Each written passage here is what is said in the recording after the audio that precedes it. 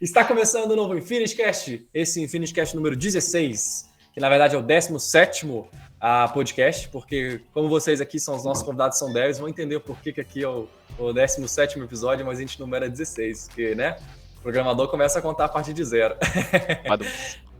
Hoje a gente vai falar sobre desenvolvedores no exterior, ou para o exterior, né, para quem trabalha para empresas gringas, vamos resumir assim, né? Eu estou aqui com dois convidados especiais hoje. A gente vai começar em ordem alfabética para não ter favoritismo. Estamos aqui com o Bruno Benfica, que é Head Tech da Uncommon Good, e temos também o Jean, ou Chan, porque trabalha para o exterior, tem que falar em francês. E temos o Jean Delafrate, que trabalha para BytesDev, é um desenvolvedor Ruby. Não é isso, Jean? Sim, Jean Delafrate, tá? Delafrate. Eu sempre erro o sobrenome dos convidados. É comum, cara. Isso já é marca registrada do podcast, relaxa. Eu sempre erro. Não é pessoal, não, é com todos. Não é pessoal, é cultural. É cultural. É tradição. Mas o pessoal de fora aí...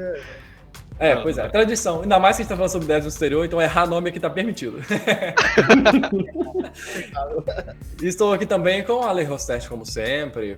Né, Ale? Tudo tranquilo?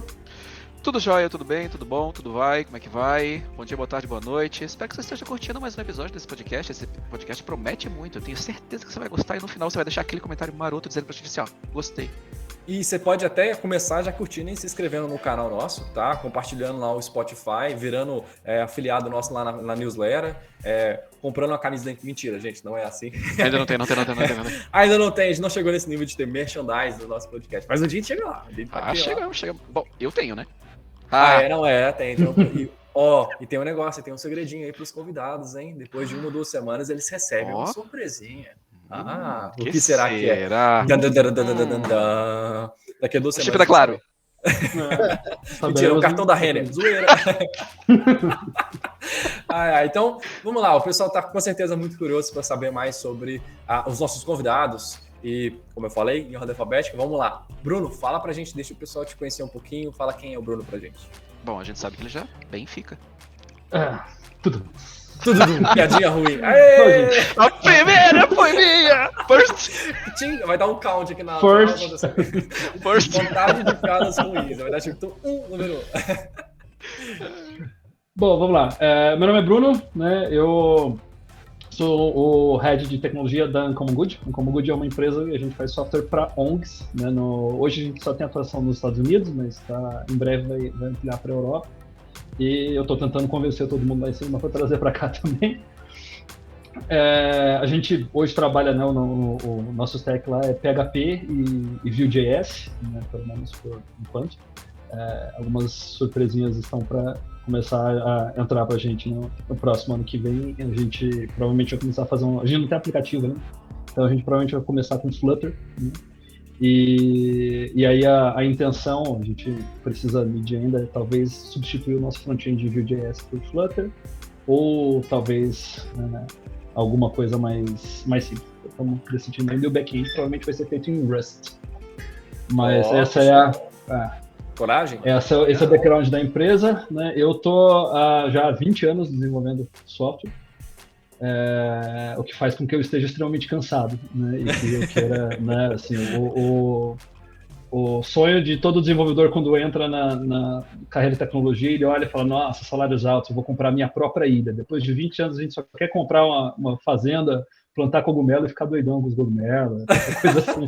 Fazer cerveja em casa e tomar tudo, qualquer coisa do tipo, cara, não quer mais. Mas é isso, gente. E passo a palavra pro Jean, galera. Tudo bem, então. Meu nome é Jean Rafael Tardem Delafrate. Eu sou, na verdade, Software Engineer ou engenheiro de softwares na BytesDev. Eu trabalho na área já pelo menos desde o ano 2000, mas eu sou programador, vamos dizer assim, amador desde antes disso, desde que eu tinha uns 9 anos de idade, ou seja, lá em 93, trabalhando ainda com MS-DOS. Pote de Tibia Ragnarok. Não fazia isso. Eu já trabalhava na época quando games já lançaram, não tinha tempo para nada, fazer faculdade. Então, aí eu trabalho nessa área já faz bastante tempo já. Para empresas de fora, eu comecei, na verdade, em 2015, que eu fui para uma empresa americana, que era Sucuri, ou Sucuri.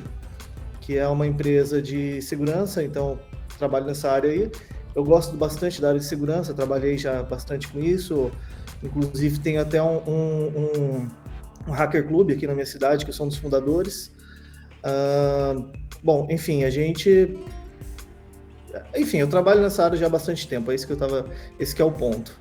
Então, atualmente a minha stack é Ruby, basicamente Ruby on Rails, e também eu mexo bastante com AWS, bastante outras linguagens, às vezes Python um pouco, às vezes Go, mas eu trabalhei bastante tempo mesmo com PHP, que foi desde 2003 até o ano passado, assim.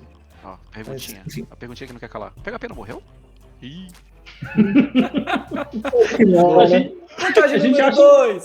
às vezes a gente acha que morreu, né? Eu queria fazer uma ressalva, porque, né, eu falei que eu trabalho, a stack que a gente tem hoje é PHP e Vue.js, não foi escolha minha, tá, gente? Eu recebi esse presente aí de uma equipe anterior, que a gente recebeu isso na mão.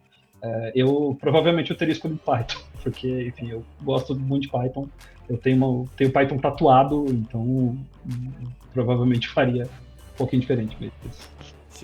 Eu também achava que... Oi? Não, desculpa, pode continuar. Eu também achava que o PHP tinha morrido, mas descobri que não. Eu também. Na internet. Se eu não me engano, tem algumas estatísticas que dizem, acho que 70% dos sites usam PHP, alguma coisa assim, especialmente por causa de WordPress, por causa de Joomla, outros CMS, né? Eu também programo, gente. Eu programo em HTML. Não! Terceira piadinha em menos de 5 minutos de podcast. Chega, parei. Não vou falar mais nada. Tem uma tirinha que é assim, ó. Então, tá na guerra assim, tal, tá todo mundo no chão assim, o cara vem com a faquinha pra ver quem que tá vivo, né? Aí, todo mundo fingindo de morto. Aí o cara tá assim... HTML é linguagem de programação. Aí vê o cara lá do chão levanta. Não é não!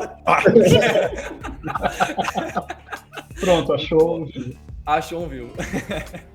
Gente, para quem está nos ouvindo e não entende o que são essas palavras que os meninos comentaram, PHP, Ruby, etc. são linguagens de programação, tá? Por incrível que pareça, programadores trabalham com mais de uma linguagem de programação, tá? Não existe programador aí de muitos anos de carreira que não tenha pelo menos lidado com umas 3 linguagens de programação no mínimo, né? Então a gente acaba pegando muita bagagem ao longo da nossa carreira, né? Assim, obviamente vai existir devs aí que conseguiram trabalhar 20 anos com a mesma linguagem, sem ir para outras e tal, mas é interessante a gente ter esses desafios, entender novas sintaxes e até mesmo modelos de programação, porque tem linguagens que usam paradigmas diferentes, né? E é interessante a gente evoluir como profissional, aprendendo novas linguagens. Então fica a dica aí para quem está começando. Explorem outras linguagens também, tá? E não briguem por causa de tecnologia. Tecnologia são ferramentas. Então, não fiquem nessa ira de essa linguagem é melhor, você usa o framework não sei o que, credo, que código ruim. Não, calma, gente, calma. Somos todos amigos. Guarda essa raiva no coração. Vamos aprender, vamos estudar mais e vamos virar profissionais melhores, né? Não vamos ficar nessa guerra. Até porque o PHP não morreu, tá? A única linguagem que morreu já. Mentira. É só pra criar a briguinha. Se nem o COBOL não morreu até hoje, cara. E ainda bem... Aí 50 anos rodando. É bem capaz que a gente vai morrer antes do PHP do que essas outras linguagens. E o COBOL é o quê? Anos 70, né? Anos 70. 70, então. Pensa pra você ver, cara. É muito mais velho que eu, né? Basicamente, tem idade dos meus pais aí, basicamente. Então, você vê que a linguagem vai continuar por aí. E a gente tem que se tornar cada vez melhor profissional. Então, essa é a minha dica aí pra vocês. Eu acho que todo mundo da área aí tem muito... pelo menos não todo mundo da área, mas muita gente na área tem um pouquinho de raiva no coração, que é brigar com o coleguinha por causa de tecnologia. Quando na prática, a gente sabe que não é assim, né? Vira e mexe, a gente vai ter que trabalhar com uma coisa que a gente não é muito fã. Acontece, né? A gente tem que, felizmente, ser profissional, né? A gente tem que engolir e aprender e depois... convencer os gestores a mudar para a linguagem que a gente gosta.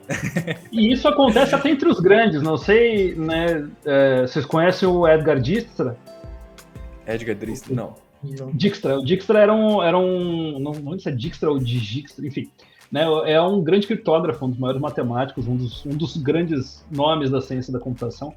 Né, e tem uma palestra em que, se não me engano, foi até na palestra que ele falou, eu vi a transcrição.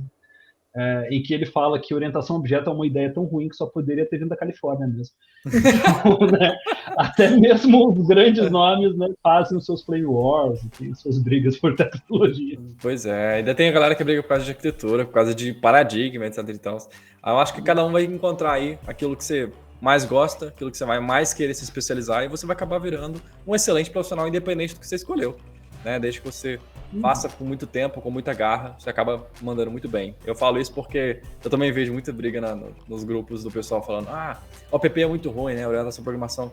A programação tem que ser funcional, não sei o quê, aí outra galera vem com argumento, não sei o quê. Sempre vai ter várias maneiras de resolver o mesmo problema. A gente tem que ver aquela que tem o melhor custo, né? Tanto emocional quanto de tempo, né? Às vezes aquele 0.1 segundos a mais não vale a pena 10 sprints de gasto para isso, né? A não ser que realmente você ganhe dinheiro pelo 0.1 segundo, tipo o pessoal que mexe com setor financeiro, né? Aí talvez faça realmente muito esse sentido. Então, enfim, é só para introduzir esse podcast, que eu não poderia começar um podcast de desenvolvimento se eu não falasse: calma, gente, calma.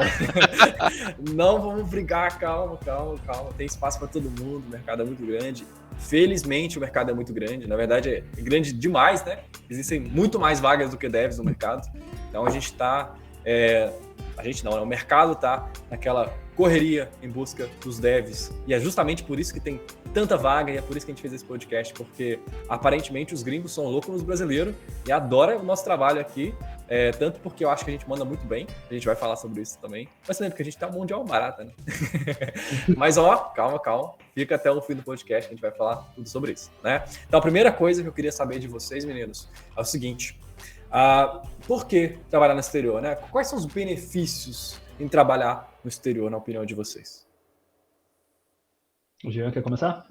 Posso começar sem problema nenhum.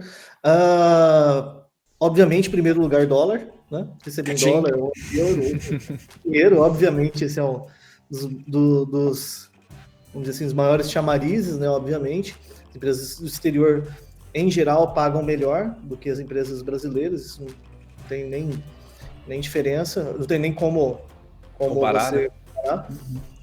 Além disso, obviamente, tem várias outras coisas legais. Por exemplo, eu gosto muito da questão cultural, de você ter acesso a outras culturas, conhecer outras pessoas diferentes. Geralmente você tem viagens, às vezes, para a empresa, conhecer gente nova, conhecer lugares novos, culturas novas. Tem toda a questão, por exemplo, de... também, até mesmo, depende, para mim, especificamente para mim, tem uma coisa muito específica que foi que eu não sou formado na área de programação. Eu sou formado em jornalismo. What? Pois é, mas é uma história longa. Mas eu, depois que eu me formei em jornalismo, eu já programava, mas eu sou formado em jornalismo. Eu estava tentando expandir meus horizontes. E no final das contas, eu acabei fazendo uma pós na área, e as empresas brasileiras olhavam isso no meu currículo e falavam assim: mas esse cara aí é jornalista, esse cara não vai, entendeu, entrar na empresa.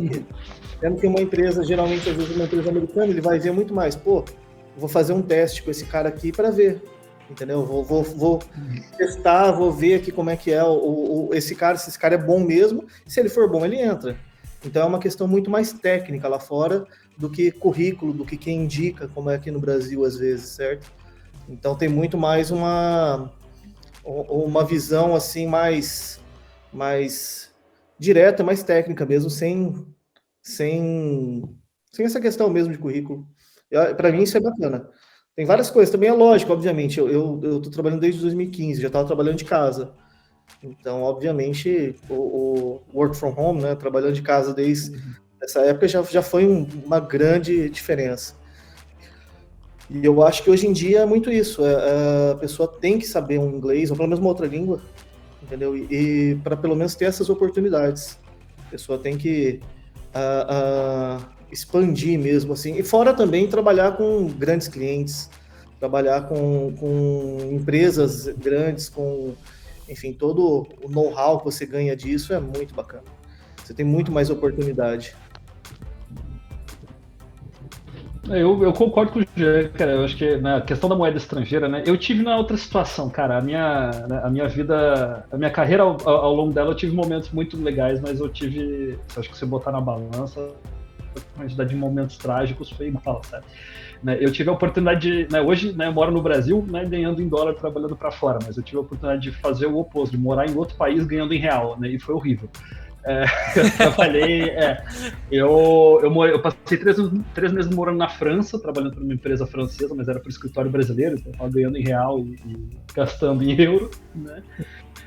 E depois no Uruguai, eu tinha me mudado para o Uruguai trabalhando para uma empresa brasileira, e aí naquela época o dólar começou a disparar com relação ao real, dobrou de valor e eu acabei tendo que voltar. Né? Mas o ganho em moeda estrangeira, quando a gente está, né, uma situação favorável, como é o caso do Brasil, de fato, né? E até, assim, é o tipo de coisa que te ajuda até mesmo quando tu quer viajar, né? Se tu consegue guardar uma grana em moeda estrangeira e tal, tu fica, né, não fica tão suscetível à variação de câmbio na hora de fazer viagem internacional, essas coisas, né? O trabalho remoto também acho que é legal, assim, eu tinha tido experiências antes disso de trabalhar remoto de vez em quando, né? Mas o 100% remoto é a primeira vez. E, pô, para quem já teve experiência, cara, teve uma época que eu trabalhava em Alphaville, para quem não é daqui de São Paulo, não conhece, Alphaville é um bairro multicidades, assim. Ele fica em Santana de Parnaíba, que é na cidade do lado, mas ele tem um pouquinho, acho que em Osasco também, né? E é muito longe de onde eu moro, que é próximo de São Paulo. Então eu levava literalmente 5 horas por dia de trânsito, 2 horas e meia para ir, 2 horas e meia para voltar. Eu saía de casa às 8 da manhã, chegava às 10 e meia da noite, né? Eu tinha tempo de tomar um banho, comer alguma coisa, brincar 20 minutos com meus gatos e eu dormir. Então, o trabalho remoto, não perder tempo em trânsito, essas coisas, especialmente quem mora, né, em grandes centros com trânsitos caóticos, no caso de São Paulo, Rio de Janeiro, Recife, Salvador e tal, isso é uma coisa que ajuda bastante. Também a questão de trabalhar com projetos de maior visibilidade, né, isso eu acho que é uma discussão muito mais profunda sobre, né, o porquê que o Brasil não tem grandes empresas de tecnologia como outros países. Mas, né, por exemplo, quando eu fui colega do Jean de empresa, já trabalhei na Barisdev, né, e lá eu trabalhava para a Udemy. E para trabalhar para a Udemy, ou tu trabalha direto para a Udemy, ou, né, no caso, com uma consultoria que te aloca lá, assim, é um projeto estrangeiro, né, não adianta.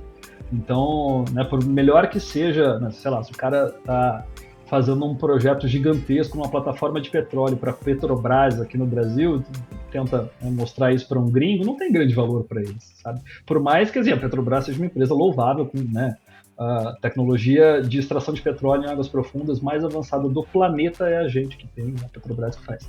Mas, né, para chegar para o software lá, não, eu fiz um sistema todo aqui que controla, né, a extração de petróleo e tal, não sei o que, eu quero falar, tá, legal. A não ser que seja Dubai.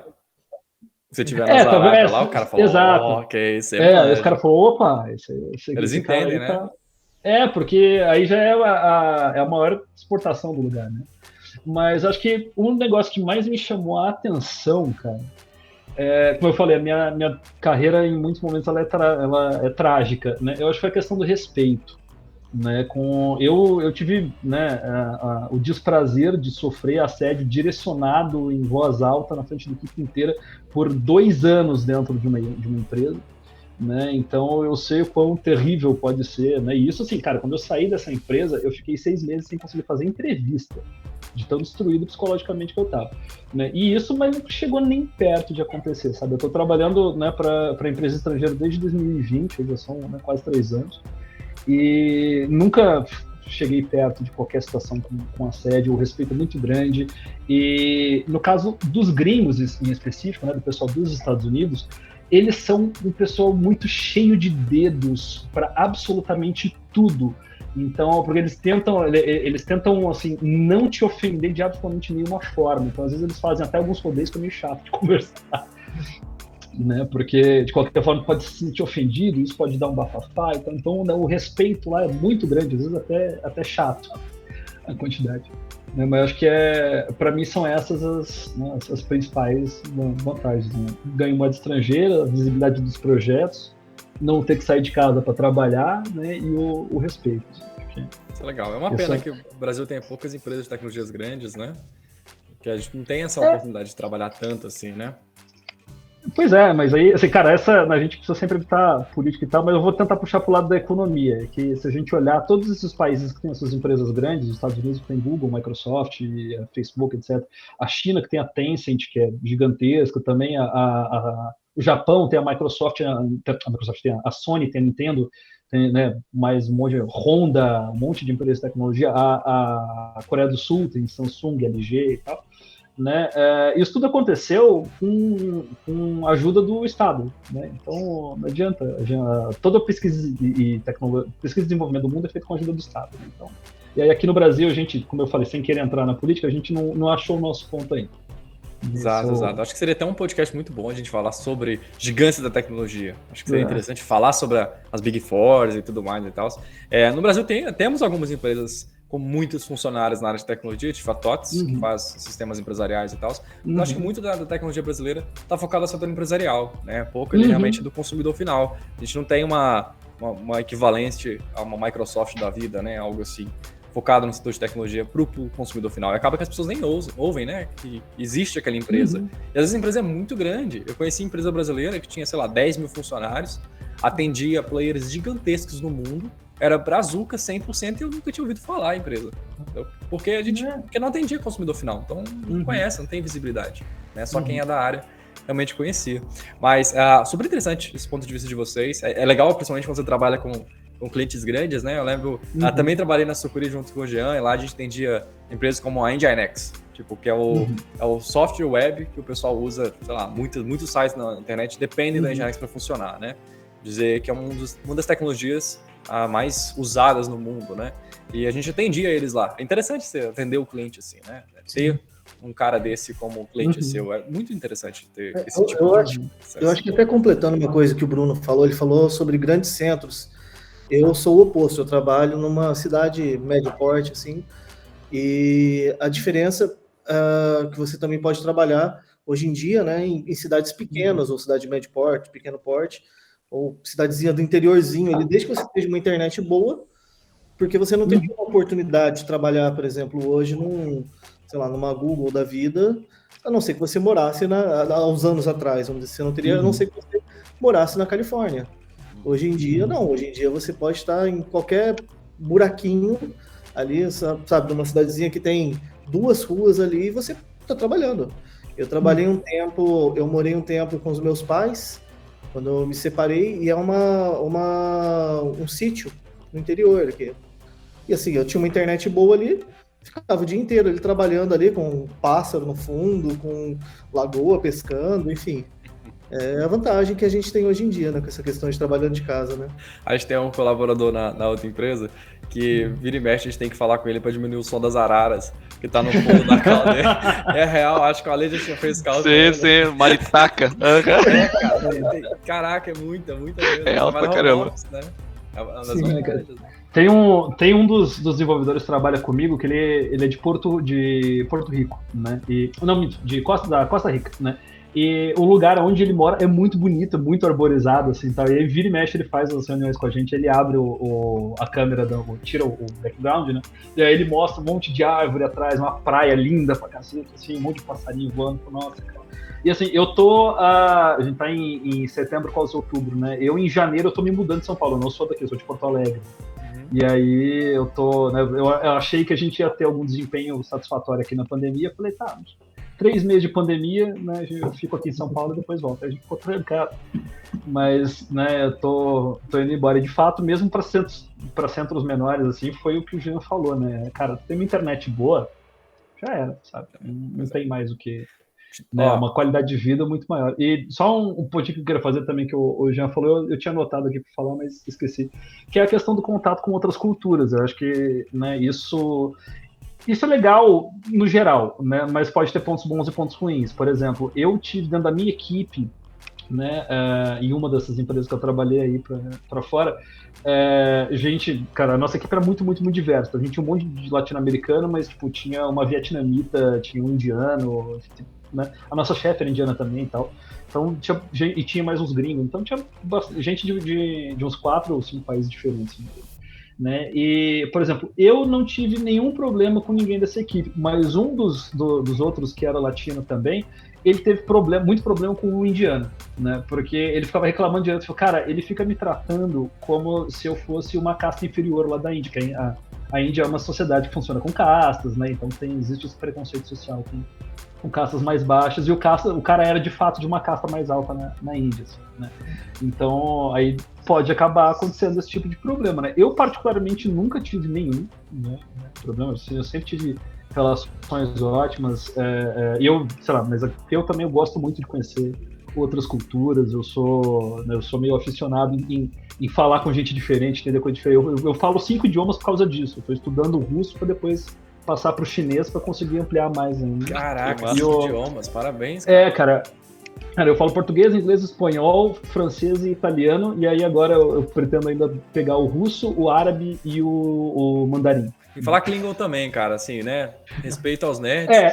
Exato. Não, cara, o Klingon eu cogitei a possibilidade, mas nem era tanto. Mas teve alguns idiomas que eu abandonei pelo caminho de estudar, assim, né? O sueco, o alemão, o japonês, isso eu acabei deixando. Eu falei, não, eu não tenho tempo hábil de vida para estudar tudo que eu quero. Programador raiz, fala 5 linguagens, escreve 5 linguagens. Tipo isso, cara, né? Mas assim, essa troca cultural, em geral, pelo menos pra mim, né, experiência pessoal sempre foi muito legal. Assim. Oh, legal pra caramba. Eu também tô numa cidadezinha pequena aqui, menos de 40 mil habitantes, e é uma delícia, assim, tipo, preciso ir no centro, é 5 minutos, sabe? Não saio pra nada também, porque eu também tô em home office já desde 2009, se eu não me engano, então tô acostumadíssimo, é muito bom. Mas uma coisa que me chamou a atenção é que o Bruno já começou a falar que tem também algumas desvantagens, às vezes, né? Nem tudo são flores, né?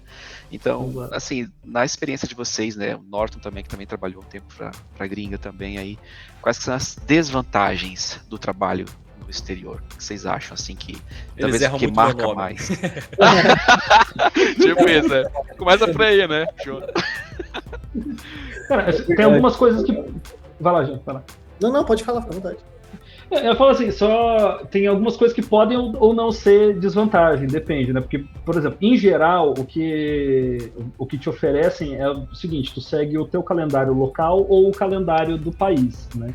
E aí, né, isso vai de caso a caso, né? Mas dependendo, né, se tu escolhe um teu calendário local, né, e aí eventualmente cai alguma coisa importante, algum update de alguma coisa, algum deploy importante na data, né, aí, obviamente, como qualquer empresa em qualquer lugar do planeta, tu vai receber aquela leve sugestão de, poxa, tu podia vir amanhã, né, e sei lá, esse feriado que era uma terça-feira, tu podia ficar na sexta-feira de folga e tal, né? Mas enfim, normal, acontece em todas as situações. Mas só tem dia útil, né? Não tem feriado lá, né? Só Ano Novo e Natal. Assim, os gringos, eles não têm muito, assim, é muito restrito, a não ser o 7, eu ia falar o 7 de setembro, independente. 4th of July, né? O 4th of July deles, que aí os caras ficam uma semana fazendo festa e tal. Cara, pô, e isso varia ainda de empresa, cara, porque, por exemplo, eu vi que muitas empresas dessas grandes, assim, né, a Udemy fazia, eu lembro que a Barisdev, um dos outros clientes deles é o Pinterest, né, e o Pinterest fazia, tem alguns amigos que trabalham lá ainda hoje, e eles faziam a mesma coisa que a Udemy, mas com um nome diferente, que na Udemy a gente chamava de Wellness Day, né, que cara, é o dia pro teu bem-estar, então, tipo, sem absolutamente nenhum motivo, tu vai ter um dia mais ali de descanso, né, e eles tentavam fazer isso a cada 2 meses e tal. Né? O que pode acabar sendo, né, ruim, pode acabar sendo uma coisa ruim para quem é terceiro, porque, por exemplo, nós que éramos terceiros não tínhamos esse direito. Não tem então, bem-estar para terceiro. Não, terceirizado não. Terceirizado pega a fila da marmita 15 minutos para esquentar teu rango no micro-ondas, cara. Você sabe que você falando aí me lembra quando eu entrei nessa Sucuri, tinha uma situação que eles não davam, no começo eles não davam nenhum feriado, né? Nem nada pra gente. Só que a gente tinha 20 dias durante o ano que a gente podia tirar quando a gente quisesse. E era pago. E se você quisesse tirar mais que 20 dias, você podia e não era pago. Então era interessante, mas ao mesmo tempo esquisito. Porque o que acontece? O pessoal lá não tem feriado. Tem dependendo aonde, dependendo da cidade, dependendo onde é que for. Então era muito estranho quando era feriado, eu falava assim, putz, eu não vou pegar esse feriado. que tá todo mundo trabalhando, todo mundo fica aquela coisa chata. Esse cara não trabalha, esse cara fica saindo toda hora, entendeu? Então, eu me sentia pressionado, mas eu não era pressionado. A empresa falava, você pode pegar esses dias.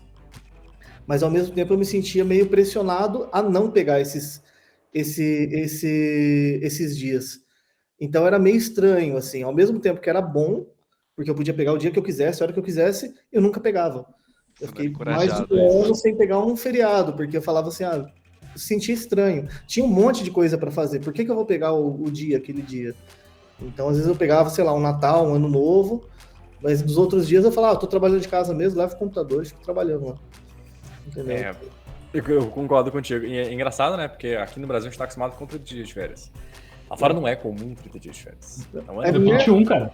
21 dias no máximo. Porque geralmente tem uma diferença. Por exemplo, eu, pelo menos hoje, no meu contrato, eu tenho 20 dias de férias, só que são 20 dias úteis. Então não contam o final de semana. Final de semana não é corrido, né? Não é corrido. Comigo é a mesma coisa, são 20 dias. Eu tenho um dia a mais ainda, são 21 dias corridos. E eu sigo o calendário brasileiro. Para mim, atualmente, é muito bom.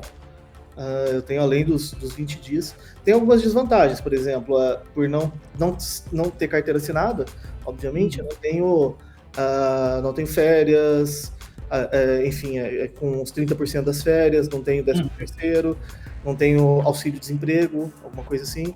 Não tenho aposentadoria, eu tenho que pagar um plano de aposentadoria por mim mesmo, né? Obviamente, também, dependendo do jeito que você fizer, você pode pagar mais imposto. Especialmente paga imposto na transferência do dólar, isso é uma coisa que você não considera. E dependendo do jeito, você tem algumas formas de diminuir isso, mas dependendo do jeito que você vai receber os seus dólares, seu dinheiro, você tem que tomar muito cuidado, porque tem banco que eles usam um spread, que eles chamam, que é, por exemplo, assim, o dólar tá lá 5,20, você vai lá no banco X lá, o banco fala, não, o dólar não é 5,20, o dólar é 4,99. O banco, cara, fazer transferência por banco. Quem tá ouvindo a gente, por favor, não faça. Se você começar a trabalhar, se tiver alguém aí que tá esperando para começar, vai começar nos próximos dias em alguma empresa pro exterior, vai ganhar em dólar, gente, não recebam o salário de vocês pelo banco, jamais, exatamente. Criptomoeda! Mentira. Não, muito menos, pelo amor de Deus. Senão vai perder o salário em 30 segundos, que vale metade. Mas existem várias opções, tá? Eu vou citar algumas aqui, não recebo o patrocínio de nenhum deles, mas eu vou citar várias exatamente porque, né, existem diferentes opções para cada um. Então, por exemplo, se tu quiser manter dinheiro, né, o teu dinheiro fora, e aí quiser trocar para outras moedas, etc., fazer a transferência para o Brasil quando a moeda tiver mais baixa, né, ou seja, o dólar estiver mais alto, existem opções como a Wise e a Payoneer, né? Inclusive te dão cartão, tu consegue usar cartão de crédito nessas contas. Eles dizem que é crédito, mas é débito, tá? Ele debita na hora da sua conta. E agora, se a pessoa quiser receber direto em real, né, assim, caiu meu salário, quero receber ele direto na minha conta, sem pagar esse spread bancário que o Jean mencionou, existem alternativas como a Husky e a Remessa Online, né? Essas duas, elas fazem transferência direta. Então, assim, tu vai passar os dados lá da tua conta, né, de algum deles aí, ó, Husky, Remessa Online, Payoneer, Wise, etc., para a empresa que te contratou, eles vão fazer o pagamento, e aí, como eu falei, depende, né, do jeito que cada uma delas age, né? Às vezes tu pode receber direto, mas a vantagem é o seguinte: mesmo se tu fizer na Wise ou Payoneer, tal, mantiver o teu dinheiro lá e ficar transferindo ele de pouco a pouco pro Brasil quando tiver melhor para ti, né, não existe o spread bancário também. As taxas dessas empresas assim, que mantêm o teu dinheiro lá fora costumam ser mais altas, mas ainda assim é muito mais baixo. Porque o spread bancário é um negócio que faz assim, fala, eu vou transferir sei lá, 5 mil reais, né, que é o meu salário aqui para minha conta. O banco vai te comer 450, sabe? São as mordidas feias, assim, os caras te comem 10% do dinheiro, são um negócio muito, muito, muito forte. E essas outras empresas, você vai pagar alguma coisa entre 0,5% e 1%, sabe? 2% no máximo, né? Uma diferença bem grande. Então, Pois é. né, Tem fica uma a dica brasileira aí. também, a Remessa Online. A Remessa Online, Remessa Online e a Husky, as duas são brasileiras. As duas são brasileiras, aí, ó. As duas são A brasileiras. gente tem que fortalecer as empresas de tecnologia brasileira. Aí. Uma outra opção também que tem, eu já fiz isso uma vez, é você ir para os Estados Unidos, se você tiver a oportunidade, e abrir uma conta bancária lá. Eu tinha uma na Wells Fargo, mas o Wells Fargo agora não aceita mais. Mas tem alguns bancos que ainda aceitam. Você abre a conta lá, e se você manter uma quantidade de dinheiro ou movimentar a conta, tipo, mensalmente, mas se você manter uma quantidade, era uma coisa assim, tipo, uns $2.000, $1.500, acho que era alguma coisa assim. Você mantinha lá e você não precisava pagar as taxas, o que era interessante também. Legal. E para vir pro Brasil, colocava na cueca? Ou não? Na época eu usava essas ferramentas esses apps de pagamento, porque a vantagem desses apps é que eles funcionam dessa forma. O dinheiro não cruza a fronteira, eles abrem uma conta para você lá, uma conta para você aqui. Aí, como a pessoa está vendendo lá, eles vendem o dólar para a pessoa. E a pessoa está comprando aqui, você recebe o dólar, o real de outra pessoa. Entendi. Esse aqui é o legal, assim, a gente, né, quando transfere de alguma dessas contas estrangeiras $100 para a tua conta, né, por meio desses apps aí, né, Payoneer, Wise, etc., é de uma conta local, uma conta no Brasil que transfere, né, de um outro banco que transfere para tua conta, assim, então, né, não incide imposto, essas coisas e tal, acaba saindo mais barato. Outra coisa que, né, também é preciso lembrar, né, eu lembro isso porque eu me ferrei grande com isso, é o seguinte: essas empresas estrangeiras, o suporte é muito mais difícil, né? Eu falei, eu me ferrei com isso. Eu falei, elas dão cartão, né, mas eu quase não uso o cartão, eu uso a minha conta do Brasil, eu transfiro meu dinheiro para cá e uso a conta do Brasil. E aí eu descobri, né, lindamente essa semana que clonaram o meu cartão aqui no Brasil, da última vez que eu usei, e levaram 1/3 do meu salário, cara. Eu abri o balanço da conta nesse sábado lá, e aí eu vi que os caras levaram 1/3 do meu salário embora. Caraca, mano. E aí eu abri um ticket lá, né, no aplicativo e tal, aí eu olhei 2 horas depois e o ticket estava fechado, marcado como resolvido. Eu tive que abrir de novo. Falei, não, cara, vocês vão me devolver esse dinheiro, amigo. É doido. Então tem que tomar cuidado com isso também. O suporte é sempre mais difícil, né? E as empresas gostam de dificultar, né? A empresa financeira gosta de dificultar com o suporte. A gente tem que dar vantagem, porque o sistema financeiro brasileiro é muito maduro, cara. Se você for analisar. O pessoal adora meter pau em muita coisa no Brasil, mas nosso sistema bancário é um dos mais avançados do mundo. A gente tem um Pix, cara. Só pelo Pix, a gente já tá na frente de praticamente o mundo inteiro, porque ninguém tem transferência instantânea de dinheiro igual a gente tem aqui. E por trás do Pix lá tem um sistema que eu não vou dizer que é blockchain, porque, né, não divulgam isso, mas tem um blockchain rodando ali atrás, um blockchain-like, né, algo parecido com isso. Então a gente tá nisso. E também a questão do atendimento. Hoje em dia a gente tem os bancos digitais que o atendimento são excelentes, cara. Você entra no chat, o cara resolve para você na hora. E se não resolver na hora, eles escalam tudo bonitinho, fazem um procedimento e, claro, falando a sua linguagem, né? Que acaba ajudando, não tem a barreira linguística e tal. Enfim, falando em barreiras linguísticas, eu queria lembrar uma coisa. Eu vejo que vocês comentaram de falar inglês, etc e tal. A gente falou agora também de como é que recebe dinheiro e tal, né? E eu queria saber, assim, tecnicamente falando, como é que você se prepara para o mercado internacional de desenvolvimento? Como é que você vira um dev que trampa para o exterior? É só fazer curso de 3 meses e tá ganhando $10.000?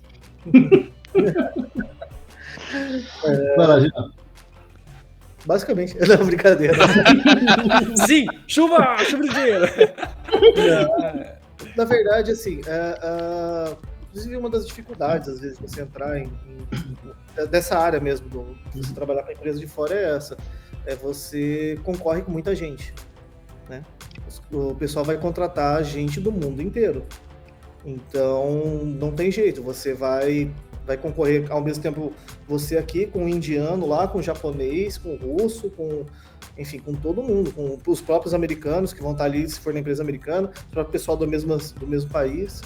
Então, é uma coisa assim que você tem que se preparar, pelo menos ter a não ser que a vaga seja uma vaga muito simples, mas pelo menos ter um certo conhecimento, um bom conhecimento na área, e com certeza se preparar muito no inglês, para você pelo menos se comunicar o suficiente, para você pelo menos poder falar, para passar nas entrevistas de emprego, pelo menos, né? The book Porque is on the depois- table. My cat is raining. Então você precisa pelo menos ter um pouco um conhecimento de inglês básico para você passar pelas entrevistas de emprego, para depois pelo menos você, porque tem empresa que vai pagar um curso de inglês para você, ou enfim, tem ferramentas que às vezes ajudam, tem alguns aplicativos que você instala no celular, no seu navegador, que eles podem te ajudar ali. E aí você pode, enfim, melhorando o seu inglês, mas pelo menos o suficiente para você passar numa entrevista, né? Saber falar e não falar com gíria, não falar com, enfim, com um vocabulário muito limitado, pelo menos conseguir passar a entrevista, que o pessoal vai cobrar, pelo menos, às vezes é um ponto positivo para você isso. Então, 3 anos de CCA. Não, mas eu tenho o Duolingo aqui, não serve? Já tô com um monte de estrelinha. O Duolingo ajuda, cara. O Duolingo ajuda muito. Eu quando eu comecei a estudar francês, por exemplo, eu comecei com curso. Comecei na Aliança Francesa, né? Mas aí depois a grana ficou curta, eu continuei pelo Duolingo, sabe? E, pô, me ajudou muito, cara. É vocabulário, né, cara? Exato. Enfim, depois que eu morei na França, aí, né? Tu é jogado no fogo, né? E te viram. Aí fica muito mais fácil mesmo. Ajudou muito, cara, né? E de fato, eu concordo com o Jean, acho que o inglês é o ponto essencial, cara. Porque, por mais, assim, habilidade técnica se treina, né? Quando, né, por exemplo, quando eu entrei na Udemy, os caras te dão 3 meses, né, para estudar. 3 primeiros meses para estudar. Assim, às vezes, né, o stack básico deles lá é Python com Django, ou era, pelo menos, não sei se eles mudaram, mas Python com Django e React, né? Python com Django, MySQL e React. E os caras te dão 3 meses para fazer cursos da Udemy, né, sobre as ferramentas, tem lá dentro da documentação da própria empresa. Eu trabalho com Udemy, eu vou te ensinar a trabalhar para mim. Basicamente, cara, basicamente, assim, e aí tu tem cursos da Udemy, né, lá dentro da plataforma, em que eles te dão acesso e aí tu faz o curso para aprender tudo, tem curso de Python, tem curso de Django, tem curso de JavaScript, curso de React, tudo, né, certinho para aprender a fazer a coisa. Então, a capacitação técnica, né, se tu não tiver, não tem problema, né? Um dos caras que trabalhava comigo, por exemplo, nunca tinha trabalhado com Python na vida, né? Então, o cara que o back-end dele era outra coisa, o cara vinha de Java, assim, completamente diferente. Trabalhava fazendo sistema para avião, então, né, era outra pegada, completamente diferente. E os caras deram tempo para ele, né? Mas e também não era gringo, né? O cara era israelense. Né, e qual que era o diferencial? Ele sabia se comunicar bem em inglês e, obviamente, tinha, né, um background técnico de teoria, né, bom, então, né, conhecia, né, orientação a objetos, patterns, né, o cara tinha uma certa experiência, né. Eu não sei como é que está para o mercado hoje. Quando eu comecei a trabalhar para fora, né, as empresas estavam se recusando a contratar júnior, né, só contratava sênior. Não sei como é que está isso hoje. Não sei se o Jean tem uma visão disso do mercado, mas quando, né, que eu tenho tempo que eu não procuro emprego já, então. Eu acho que a maior parte das empresas procura mais sênior. Apesar do que, dependendo a empresa, às vezes até um pleno eles aceitam, dependendo muito da vaga da empresa. Mas júnior é meio difícil mesmo das empresas contratarem, especialmente essas empresas, tipo, por exemplo, de outsourcing, tipo a que eu trabalho, que é a Baires Dev, outsource, eles vão te colocar para um cliente, para você tratar de um cliente. Então, eles querem colocar alguém que demonstre que saiba. Mas tem outras vagas além de dev também, enfim, outras coisas que às vezes não pede tanto essa senioridade tão grande. Inclusive, não, esqueci o que eu ia falar. Um negócio que eu acho que vale a pena. Eu ia comentar e esqueci. Um negócio que eu acho que vale a pena comentar também, sobre que também vai um pouquinho nos benefícios de trabalhar para o exterior, assim, que é o seguinte, como, né, assim, especialmente depois que veio a pandemia, todo mundo começou a trabalhar de casa, aí que veio esse boom dos trabalhos remotos para desenvolvimento, especialmente esses de outros países, né? E aí um negócio que, né, eu acho que vale a pena citar, peraí que eu também olhei para baixo, eu também esqueci o que eu ia falar. Acontece. Mas, lembrei. Trabalhar para o exterior, que sua memória fica ruim. Exatamente.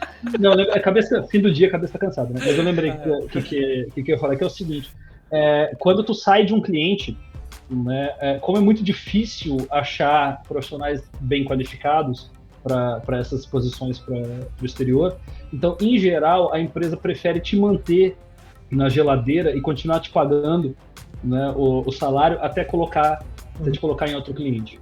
Que massa. Então, por mais que seja se a gente for comparar, pelo menos na minha experiência, se tu for comparar a estabilidade de um emprego PJ no exterior versus a estabilidade de um emprego PJ no Brasil, a do exterior é bem maior. Sim, com certeza. Levando em consideração consultoria, né? Que a gente tem consultorias no Brasil que também dão esse benefício de realocação. Inclusive, quando a gente faz entrevista para devs, a gente costuma ver que o cara trabalhou, sei lá, na Google, na IBM e na Microsoft. Falei, caraca, isso deve ser foda, mas era tudo uma mesma consultoria. Então, tipo assim, ele teve a experiência de trabalhar em empresas gigantescas, mas via consultoria, entendeu? Aí ele conseguia ser realocado. Brasileiro, inclusive, empresa brasileira fazendo isso. Interessante. Sim. Inclusive, era uma empresa brasileira que só atendia cliente gringo. Olha que legal. Os caras faziam essa possibilidade, né? Viram o marketing. E eu vi também empresas argentinas que trabalhavam para o exterior. Aí, o que eles faziam? Aí teve um colega meu, inclusive brasileiro, que foi morar em Buenos Aires, ganhando em real, mas morando em Buenos Aires. Então, ele tinha a vantagem do câmbio, né? Porque, do câmbio mesmo? Apesar dele não receber em euro, em dólar e tal, ele recebe em real, mas a Argentina tem um custo de vida relativamente menor do que o que a gente vê aqui no Brasil, pelo menos em grandes polos. Imagina que é uma cidade pequena. E cara, 40 mil pesos vale a mesma coisa com a tampinha de garrafa, né? Então, você falou até... A empresa que eu trabalho, a BairesDev, começou em Buenos Aires. Muito legal. Baires é de Buenos Aires. Buenos Aires, legal. De Buenos Aires, que massa. Até agora a sede deles é nos Estados Unidos, né? Eles mudaram daqui pra lá, mas eles começaram aqui também. Que legal, cara, que bacana. Amo Buenos Aires. Buenos Aires é muito linda. Meu Deus, que cidade linda. Não, sinceramente, parece muito Europa. Linda, linda demais. É uma pena que eles sempre enfrentam algum problema econômico, né? Infelizmente. Mas pra quem é desenvolvedor e tá morando lá e ganhando, por exemplo, em dólar, cara, se você ganha em dólar morando em Buenos Aires, você é milionário, porque eu lembro quando você chegava no aeroporto, na época que eu fui, o peso era, sei lá, para real era 1 para 16. Então, para cada R$1 você tinha 16 pesos. O que tava muito bom, porque geralmente um jantar fantástico, num lugar foda, era, sei lá, com R$50 para 2 pessoas. Muito barato, cara, porque R$50 para 2 pessoas, não acho que nem cidade interior você consegue aqui no Brasil. Agora, imagino que deve estar a situação dessa pior, porque da última tá barato de novo. Ruim pra 40, um negócio assim. Só que no dólar, na época, era tipo assim, enquanto o real era 1 para 16, o dólar era 1 para 60, 1 para 70, então tipo, caraca, o cara trabalhava 1 hora, ele tinha almoço pago pra semana inteira. Então assim, incrível essa vantagem pra quem vem do exterior e acaba beneficiando o país também, porque a gente não fala assim, cria desigualdade. Pô, o cara tá trazendo dólar pro seu país. De qualquer forma... Cara, não cria desigualdade, porque a gente tem que lembrar o seguinte, né? Vamos ser bem sinceros, por que os gringos vêm contratar a gente aqui? Porque a gente é mão de obra qualificada, boa, etc. Não, isso é consequência, isso é só adendo, né? É só um plus. Eles contratam porque a gente é barato, né? Porque, né, quando tu vai para uma empresa grande dessas aí, né, do Google, Microsoft e tal, o cara tá lá ganhando 15, 20 mil dólares por mês, e aí essa empresa terceiriza e paga 5 mil dólares por mês do cara, né? Porque o cara não... Oi? Às vezes pega um dev muito bom, que vai ser muito mais barato. Um dev que vai ser tão bom quanto um americano lá que tá ganhando 15 mil, que vai ganhar aqui, sei lá, 1/3 do salário do cara lá. Vai estar muito feliz também. Aí conta 3 no lugar de 1, né? Exatamente. Exato, então para eles sai muito mais barato, né? Para eles é mais tranquilo. Tem até você tá falando da Argentina, tem um amigo meu que trabalhou comigo na empresa francesa lá, que hoje ele conseguiu um emprego na remoto também para gringa, se mudou pro interior da Argentina. Ah, que legal. Ele tá felizaço lá, assim, com uma baita do nível de vida, assim, tá, moeda baixa, né? Então. E com relação ao idioma, né? A gente estava falando disso, né? De vantagens e desvantagens. E vocês que já trabalharam em equipes multiétnicas, qual que é o desafio, assim? Além de ter que entender o sotaque do amiguinho, né? O que vocês veem de desafio? Porque o Bruno já falou ali que teve uma situação chata lá numa equipe que ele trabalhou. Vocês veem isso muito? Quais são os outros desafios que acontecem? Com certeza, o sotaque é um grande... Isso, na verdade, realmente uma coisa assim, a gente brinca, mas é verdade. Porque tem gente, às vezes, que não entendia. Eu tinha um amigo meu que ele era da Nigéria, eu não entendia nada do que ele falava. Basicamente, eu muitas vezes ele falava as coisas, sim. Nem sabia o que era. Can you type, Uma please? pergunta pra mim. Let's go to the Slack. Cannot talk. É tipo, termos e condições. A pessoa falava, Já você não fiz isso muitas aceitava. vezes. Né? Então. A alternativa do vamos conversar no Slack eu já usei muitas vezes. Falei, cara, não posso abrir reunião agora, não dá para fazer videochamada, vamos conversar pelo Slack. Já usei. Tem outras coisas, por exemplo, uma coisa assim que me pega às vezes, é que às vezes você tá com alguma coisinha pequena para resolver, que às vezes uma conversa você faz ali, às vezes é um pouquinho mais... Se você sentar do lado da pessoa, você está no dia a dia, você pode chegar simplesmente sentar do lado da pessoa e mostrar, ó, isso aqui que eu tô fazendo. E às vezes quando você tá tem que fazer uma videochamada, abrir, enfim, todo um pouquinho mais complicado, às vezes um pouquinho mais, enfim, então isso também é uma desvantagem. Só que questão cultural, assim, eu nunca tive problema com ninguém. Eu viajei bastante, muito para os Estados Unidos, especialmente. Felizmente, nunca tive problema lá com ninguém, com preconceito, ou enfim, nada assim. Mas eu sei de pessoas, por exemplo, tive um amigo meu que dizia que a gente às vezes se reunia em cidades diferentes onde tinha gente que trabalhava na empresa. Ele falava, olha, eu não posso chamar esse pessoal para ir na minha cidade, porque eu sou uma pessoa muito boa, muito de boa, tal. Ele era super liberal com tudo, enfim. Só que ele morava numa cidade muito do interior. Ele falava, se eu chamar, por exemplo, esse cara aqui que é negro, vai dar problema. Ele vai sofrer preconceito lá, é perigoso as pessoas até, sei lá, gritarem com ele na rua, entendeu? Então ele falava assim, na minha cidade eu não posso chamar. Já aconteceu isso. Então tem outras dificuldades também, às vezes a própria cultura da pessoa, às vezes tem pessoa que parece mais seca, parece mais... E às vezes você acaba entrando em conflito, porque a gente é muito conversa, amoroso, não sei o que. Brasileiro, né? E às vezes o pessoal lá é mais seco, dependendo do estado, dependendo da cidade, dependendo de onde que é, do país que a pessoa é mais seca. Às vezes você acaba dando um certo conflitozinho, assim, em relação a isso. E também a questão da própria, às vezes, por exemplo, assim, a pessoa tem uma cultura de não vou falar, vou manter esses dados para mim, vou manter essas coisas para mim, entendeu? Então, a pessoa às vezes não segura a informação e é um pouquinho mais difícil de você tem que chegar e ficar tentando conversar com a pessoa, para a pessoa ver se ela fala as coisas. Então, essa maior diferença cultural, acho que são isso que eu vejo, para mim, especificamente, assim, que eu tive até hoje. Eu tive problema. E você, Bruno, o que você acha? Cara, assim, a diferença cultural, sem dúvida nenhuma, ela existe, né? Como eu falei, né? Eu tive colegas dentro da equipe que tiveram problemas, mas, cara, eu, enquanto homem, pardo, latino, nunca tive problema nenhum, sempre fui respeitado, né? Enquanto minoria. Acho que time zone às vezes é um problema, né? E às vezes pode até ser pior, cara. Por exemplo, eu tenho a minha time zone própria. Né? Então, em geral, eu começo a trabalhar, né, às 11 da manhã e eu vou até as 3, 4 da manhã. Né? Aí fica difícil, às vezes, fazer reunião, essas coisas e tal, meio complicado. Né?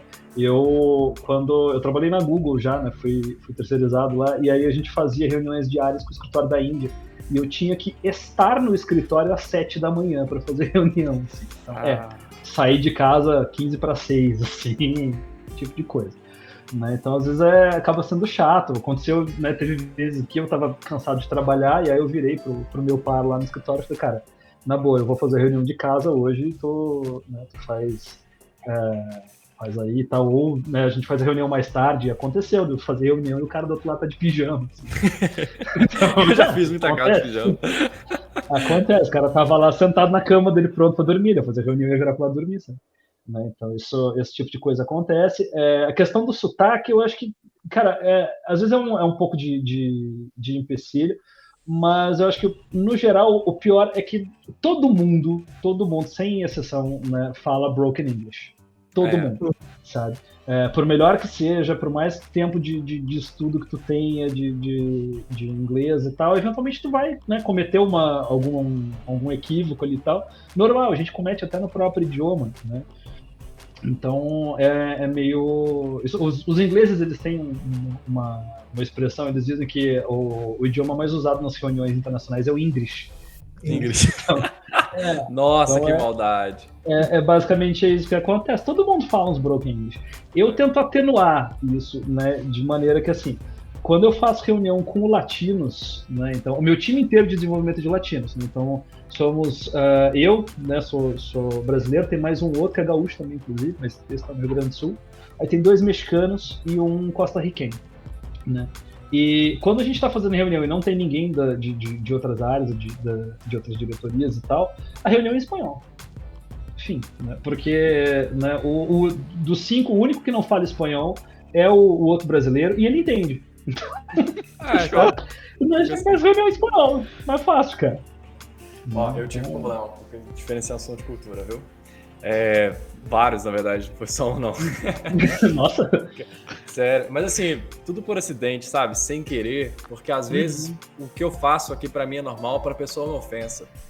Então, às vezes, você força muito a pessoa porque o limite dela para uma brincadeira não é normal, entendeu? Por exemplo, trabalhei com um australiano e a gente brincando, porque brasileiro, não sei se vocês são assim, a gente faz muita amizade brincando um com o outro, sabe? Tipo assim, teasing, né? Que é aquele processo de brincar, de fazer aquilo e tal e tal.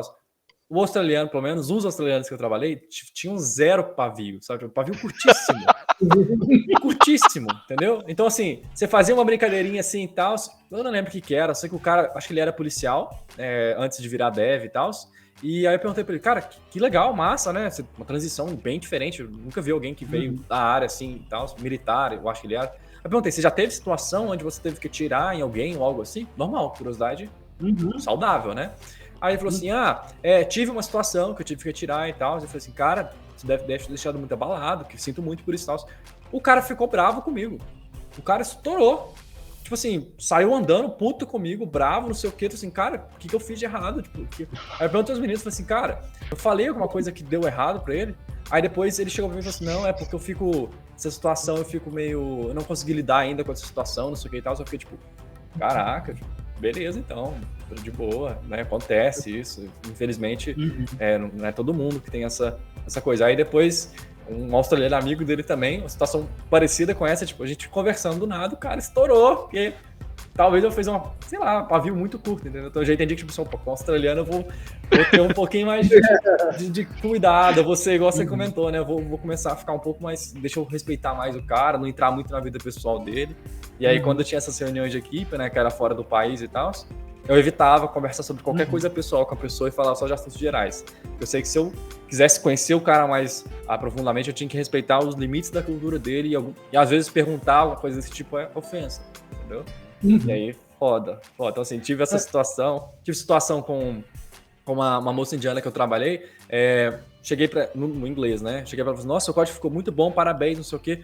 Ela interpretou como se eu tivesse falado que ela não teria capacidade de ter aquele código bom porque ela era mulher. Eu fiquei tipo, caramba! Eu fiquei sem entender. Eu falei, cara, como assim?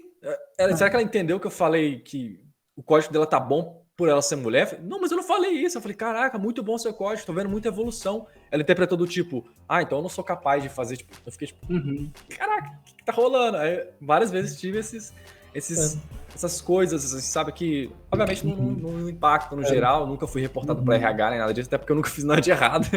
E com britânico, uma vez eu fui fazer um paz e amor e aí eu descobri que isso aqui lá isso aqui. Equivale a um dedo meio. Exatamente, troca as coisas, cara. Bom saber, cara, bom saber. Mas, também outra coisa, né, vou contar 2 histórias que aconteceram comigo com relação a estrangeiro.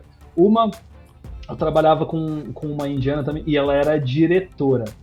Mas essa foi uma bomba que eu esperei explodir. O problema é que eu não podia rir, cara. Essa era a situação. Estávamos empresa gringa, né? Aí a diretora do escritório no Brasil com a diretora do escritório na Índia, né? A gente fazendo a reunião e tal, não sei o quê.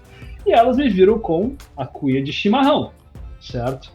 O único gaúcho, né? Não tinha nenhum argentino, nenhum Uruguai, nenhum Paraguai, ninguém ali. O único que tomava chimarrão ali era eu. E aí a indiana olhou, apontou para a cuia e falou, o que é isso? Né? Aí quando eu fui explicar, a diretora, que era chefe do meu chefe, né, passou a mão na cuia. E aí, não, porque isso aqui, que blá blá blá, é uma bebida, é um chá, eu fiquei só olhando, tá bom, tá do Rio de Janeiro, cara, vai explicar o teu chimarrão, vai na fé. Aí ela foi, explicou. Aí a indiana com a cuia na mão se falou, posso experimentar? Eu falei, pode. Aí ela pegou e deu um gole na cuia. Ao invés de puxar pela bomba. Nossa. E ela ficou com o bigodão de erva mate. E eu não podia rir disso.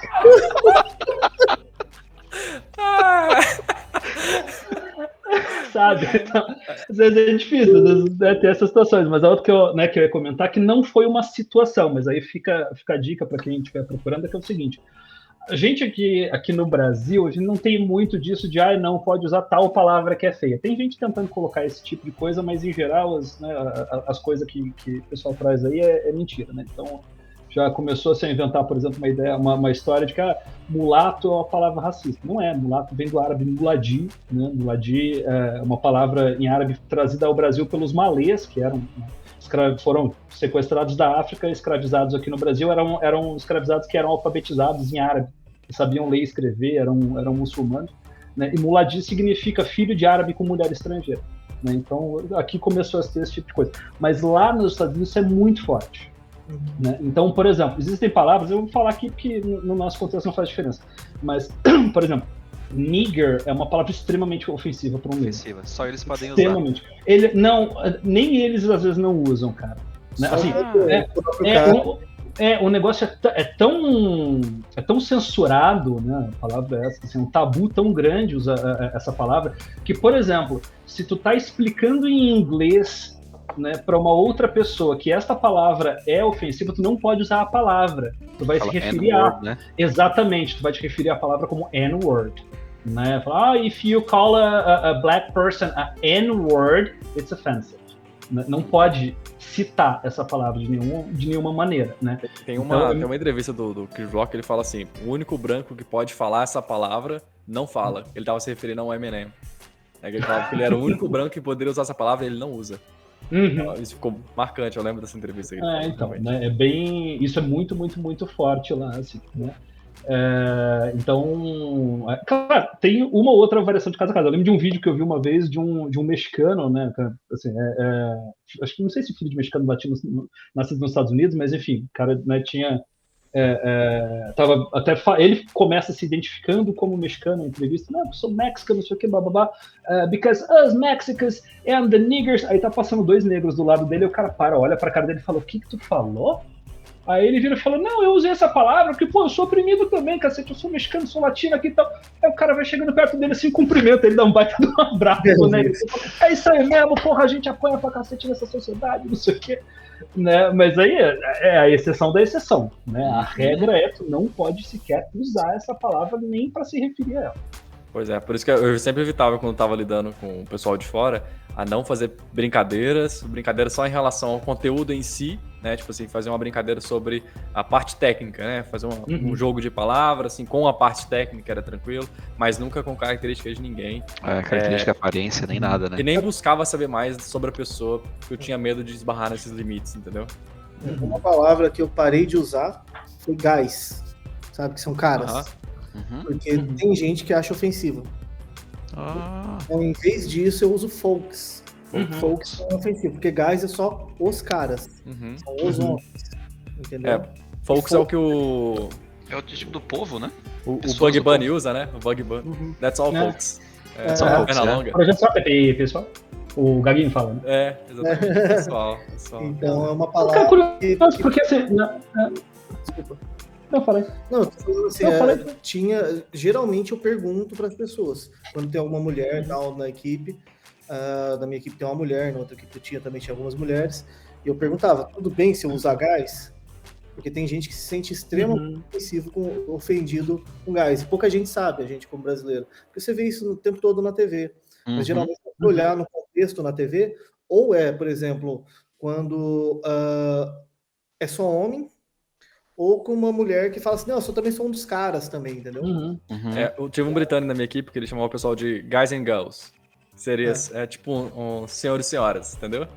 Guys and girls. Aí ele sempre usava esse termo.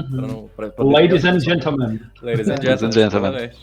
Esse é genial, né? Mas o cara que for usar isso, ele tem que ter o porte, não que fica sem graça, né? Não pode...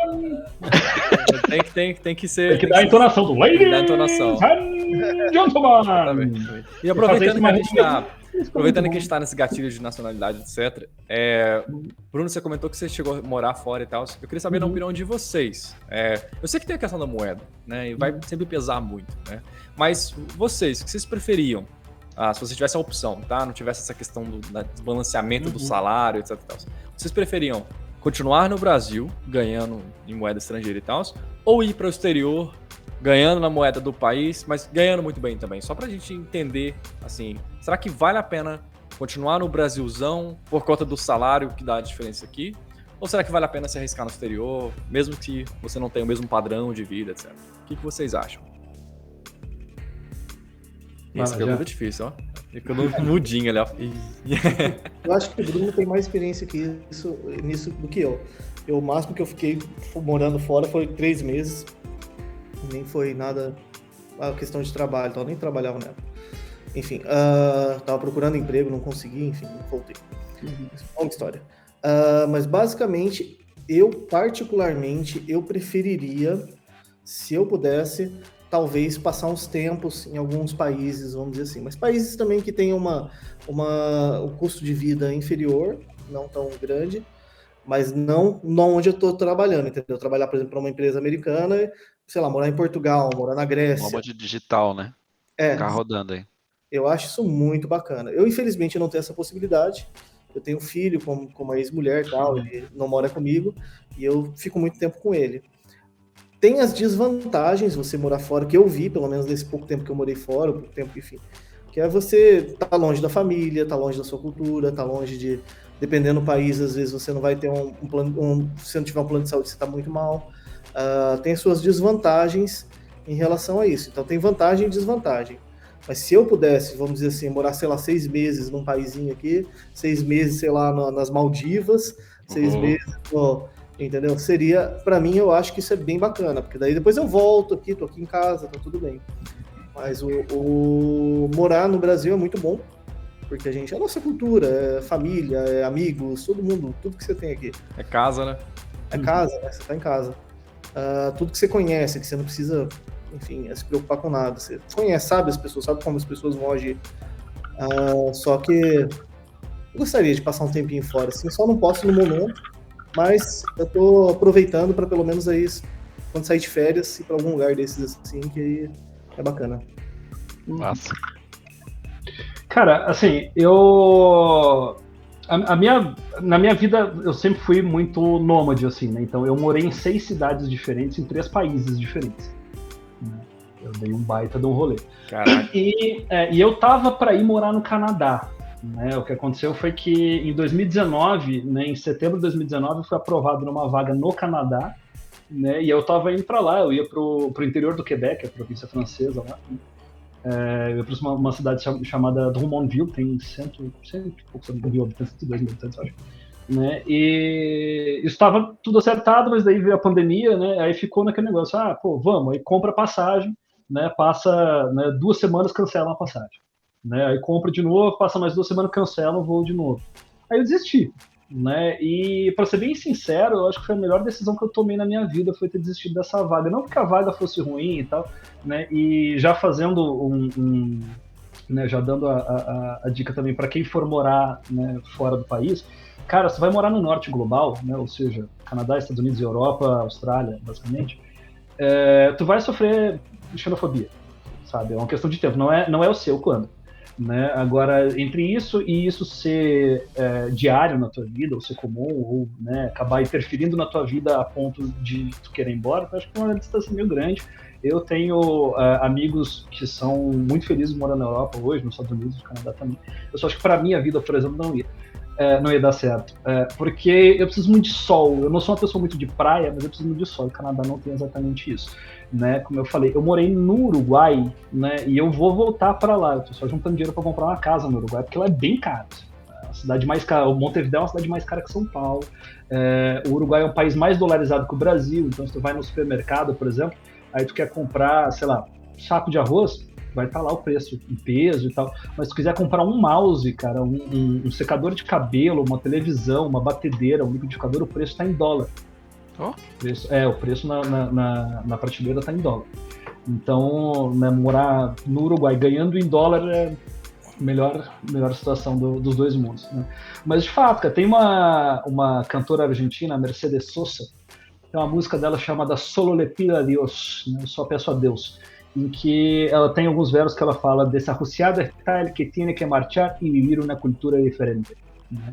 Desesperado, sem esperança está aquele que precisa se mudar e viver uma cultura diferente. E de fato isso é verdade, sabe?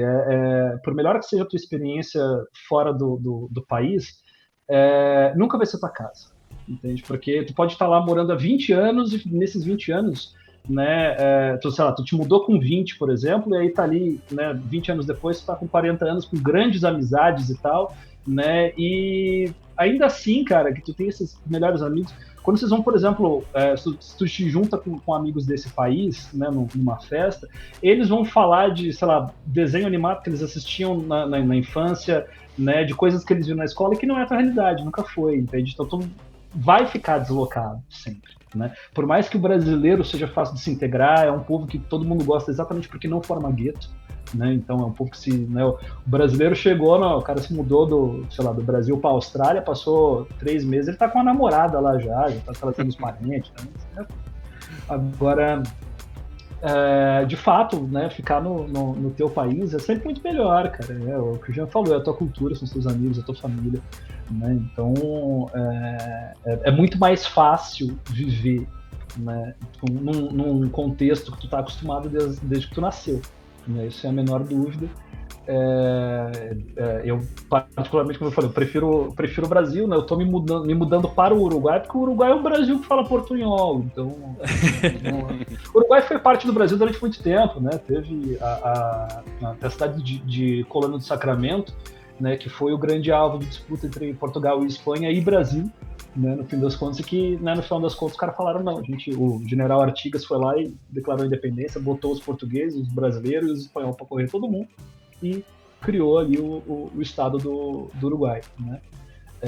Então, cara, pô, tu vai, né, me lembro até hoje, a gente estava comentando isso ontem, eu estava almoçando com a minha família, aí a minha esposa, a gente estava comentando que a gente pegou o táxi, né, e o cara tava ouvindo Anitta no táxi, sabe? E aí ele viu que a gente era brasileiro, tava falando em português, ele botou o som no talo. Foi muito louco. Mas é isso, cara, sabe? Tu liga a TV, tá passando novela brasileira dublada em espanhol. Uhum. Né? Então é o Brasil assim, que fala espanhol.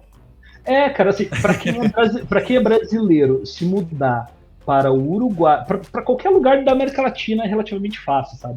Porque, né, a gente aqui no Brasil tem muito complexo de vira-lata e costuma, né, sentar a lenha na gente mesmo, falar, o brasileiro é preguiçoso, o brasileiro não trabalha, o brasileiro dá gato no trampo, né, vai lá e inventa desculpa que a tia-avó do papagaio dele tá doente, qualquer coisa do tipo, né, para não aparecer. Todo mundo faz isso no mundo inteiro, bravo. Todo mundo faz isso no mundo inteiro. O brasileiro é um povo trabalhador pra cacete, sabe? A gente, né, aqui no Brasil não dá valor a gente mesmo, aí acaba... Também, né, pelo nosso contexto, a gente tá cada vez mais triste, mais sem orgulho de ser brasileiro, mais sem motivo de ter orgulho de ser brasileiro. Né, e aí a gente acaba tendo morar fora como um grande sonho, né, acaba perdendo um pouco a esperança do nosso lado, mas... não dá, cara, a tua cultura é outra coisa, sabe? É muito mais fácil, né, tu morar no Brasil e tal.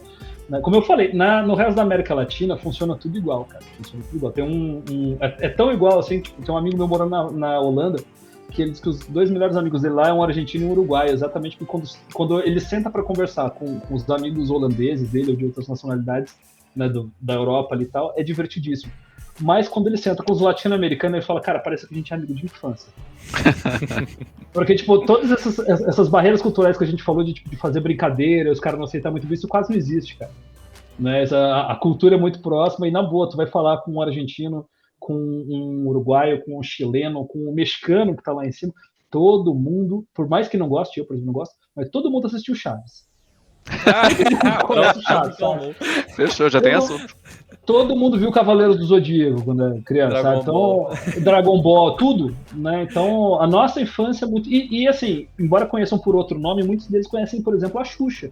Oh. É que Xuxa significa outra coisa em espanhol, então lá fora ela é Maria Meneghel. Né? Entendi. Xuxa significa prostituta, é uma gíria para prostituta. Né? Então lá fora ela é Maria Meneghel. né? Aí, mas conhece, sabe? Tu mostra a Cara, foto da mas mulher, vocês- fala, sim, é Maria Meneghel. Muito próximo, é o sobrenome dela, não é? É o sobrenome dela. O nome dela é Maria das Graças Meneghel. Ah, então. Isso. Então ela usa Maria Meneghel como nome artístico. Ó, vou Então, fazer um adendo. Hum. Eu já sofri xenofobia nos Estados Unidos para membro da minha própria equipe. O cara era americano, eu acho que eu não sei o porquê, se era questão viés político dele, etc e tal, mas ele odiava os gringos da empresa, sabe? E ele tratava a gente de forma inferior, sabe? Dava pra ver claramente que ele respeitava o supervisor que era americano também, mas tratava todo mundo, o resto da equipe, incluindo o fundador da empresa que não era americano, com desdém. Porque ele não reconhecia.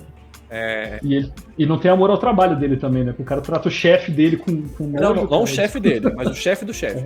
Entendeu? Então, pior ainda. Pois é. Então, assim, dá pra gente ver É o cara que paga o salário.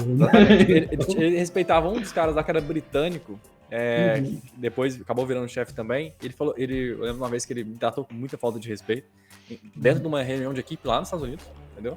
Aí eu comentei com esse britânico e tal, ele falou assim, cara, isso é comum, tá? Eu sou britânico e aqui eu falo a língua deles, né? Então eu falo inglês, né? Eu não tenho problema com inglês, pelo contrário, pra mim eles têm broken English. Porque o meu inglês é o certo, né? Porque o meu original, vamos dizer, né? Ele comentava assim, o meu original, eu falo a palavra certa, eles comem muita palavra, né? E realmente, o inglês que ele falava, todo mundo entendia, porque não tem muita abreviação, né? Eles falam a palavra com mais, como é que assim, mais espaçamento de tempo e tal, dá pra você entender melhor o inglês. Com batata na boca. Mas assim, dava pra entender muito bem. E ele falava assim, cara, eu que tenho um inglês muito bom, não tenho a barreira idiomática, eles falaram assim, o cara pode reclamar do meu sotaque. Mas ainda assim, eu sinto que ele também tem desdém comigo, mas é muito menos, porque eu falo o idioma dele. Você que vem com um idioma com muito mais sotaque, porque o americano ainda aceita o sotaque britânico, né? Mas aceitar o sotaque de outros países que não são nativamente, né, falam inglês, é mais difícil, né? Mas menos pessoas fazem isso. Exceto na parte, vamos dizer assim, progressiva dos Estados Unidos, a galera que tá mais liberal e tal. Eu acho que esse cara, ele era de um estado, nos Estados Unidos, que era mais conservador. Então ele era contra as políticas de globalização, ele tem todo o direito de ser contra, ter essa visão política dele, né? Mas assim, para trabalhar para uma empresa progressista que contratava gringo, você tem que estar adepto àquele ambiente, né? Você concordar com a política da empresa, porque a visão política da empresa não é a sua, né? E ele fazia dessa forma. E não foi só em membro de equipe. Me trataram com falta de educação dentro de aeroporto, dentro de lugares, porque enquanto eu tava lá, branquelinho, olhando pros caras, os caras falavam, não, é americano, tá suave, não sei o quê. Mas na hora que eu começava a falar e o cara percebia que eu não era de lá, o preconceito era instantâneo, dava pra ver que a feição da pessoa mudava. Não, obviamente não foi muitas vezes, né? Vamos dizer assim, 90% das vezes eu fui super bem tratado, mas teve umas 10% das vezes, cara, principalmente em aeroporto, todos os voos que eu peguei, eles serviçaram minha mala individualmente. Todas as vezes eles me tiravam da fila pelo meu nome. O cara chegava na fila de imigração, eu não mostrei um único documento. Ele chegava e falou, Mr. Torga. Falava meu nome, cara. Me tirava da fila pra revisar minhas coisas. Por isso, entendeu? E assim, dá pra você ver que tem uma xenofobia sistêmica ali dentro, entendeu? E eu sempre falo com muitos amigos meus que falam assim, vou morar pra fora porque pra fora não tem isso que não tem no Brasil, que não tem no Brasil. Mas, cara, calma, não é assim. Até que eu falo muitas vezes, o pessoal fala assim, eu odeio o Brasil. Onde você mora? Eu moro no lugar tal. Aí você vai olhar assim, IDH da cidade, é uma bosta. Tem outra palavra pra falar. Índice de criminalidade extremamente alto. Meu amigo, é por isso que você odeia o lugar que você mora. O lugar que você mora não é um lugar bom, mas não quer dizer que o Brasil é assim. Eu mudei, eu vim de uma cidade que não era uma cidade ruim, mas agora eu tô numa cidade que eu amo. Eu tô amando a cidade que eu tô. Chama São José dos Campos, em São Paulo. É uma cidade com uma estrutura absurdamente grande. Tem tudo que tem em São Paulo praticamente tem aqui. Eu não pego absolutamente nada de trânsito. É tipo assim, eu vou pra qualquer lugar em 5 minutos, eu gasto muito menos gasolina no lugar que eu moro do que eu morava antes. A gasolina aqui, eu pago choque em R$4,40 no litro, enquanto eu pagava quase R$7 lá em Minas. Então assim, é uma diferença absurda. É uma das cidades mais seguras do Brasil, se não me engano, em alguns rankings ela tá em primeiro lugar como cidade mais segura do Brasil. É uma cidade que, cara, a prefeitura faz de tudo aqui dentro, sabe? Tipo assim, aqui tem um número que você liga, se você vê alguém na rua com dificuldade, eles vão até a pessoa, levam a pessoa um abrigo, dão cesta básica, produtos de higiene. Assim, a melhor forma que a gente descreve quando eu falo para as pessoas assim, como é que é a sua cidade? Eu falo, cara, não parece Brasil.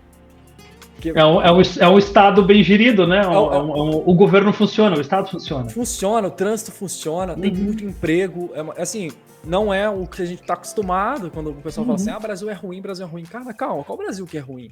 Entendeu? Vamos analisar isso com calma. É muito grande, né? Pra generalizar, né, cara? Exatamente, vamos analisar às vezes o município que você tá. Sim, a gente tem que esquecer o seguinte, qual que é o problema central do Brasil? Né? É desigualdade social. Né? O Brasil não é um país pobre. Né? Sei lá, o Uruguai é um país pobre, Cuba é um país pobre, a Argentina é um país pobre, né? O Peru é um país pobre. O Brasil não é, o Brasil é rico, que nem a Alemanha, que nem a França, que nem os Estados Unidos, que nem o Canadá. O Brasil é um país rico, só que ele tem uma desigualdade social gigantesca. Né? E essa, por exemplo, quando eu morei no Uruguai, essa é uma diferença gigantesca. Tu não vê quase ninguém, ainda que seja um país pobre, tem quase ninguém morando na rua, sabe? Tu te sente, né? Como o Norton estava falando, cara, a questão de segurança, sabe? Eu, inúmeras vezes, né, em Montevidéu, que é a capital do país, é a cidade, né, com maior concentração de renda e por consequência, a cidade com maiores números de violência dentro do país.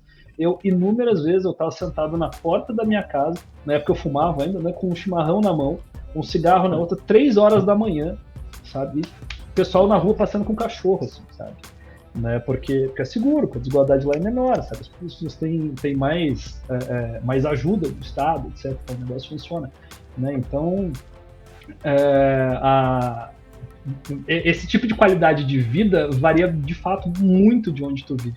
Eu, por exemplo, como eu falei, eu morei em 6 cidades diferentes, em 3 países diferentes. Né? Eles perguntaram pra mim, cara, qual que é o pior lugar que tu mora? Mas de longe é São Paulo. De longe, sabe? E que é uma cidade que tem uma infraestrutura, né? Por mais que as coisas sejam longe, etc. Né? A cidade que tem o melhor metrô do país, a cidade que tem os melhores conexões de internet do país, uma das primeiras a ter 5G, né? Eu pego 5G na minha casa. Né? Meu celular aqui pega 5G, então isso que, né, ainda não está disponível na área toda e tal. Então é uma cidade, né, que, pô, se eu virar e falar, cara, eu quero comer um yakisoba às 3 da manhã, tu consegue, porque tem um restaurante que vai te vender um yakisoba às 3 da manhã. Né? Então tem uma série de coisas assim, mas ainda assim qualidade de vida horrível, né? Poluição, mesmo, né, com bastante grana, né, assim, poluição, né, desemprego, violência, etc. Um monte de problemas. Então, de fato, num país do tamanho que é o Brasil, cara, poxa, eu tô voltando para Porto Alegre exatamente por isso, né? Porque a qualidade de vida que tem lá em Porto Alegre é radicalmente diferente do que eu tenho aqui. E se eu te falar que a 80 km de São Paulo você tem tudo isso menos os malefícios? Venha para São José. Então, é que assim, eu sou de Porto Alegre, né? Então eu tenho família aqui em São Paulo, mas eu tenho família lá. Né? Entendi. Então, enfim, né? Minha cidade, minha terra, eu conheço as coisas lá. E já como eu falei, daqui 2 anos eu tô voltando pro Uruguai, né?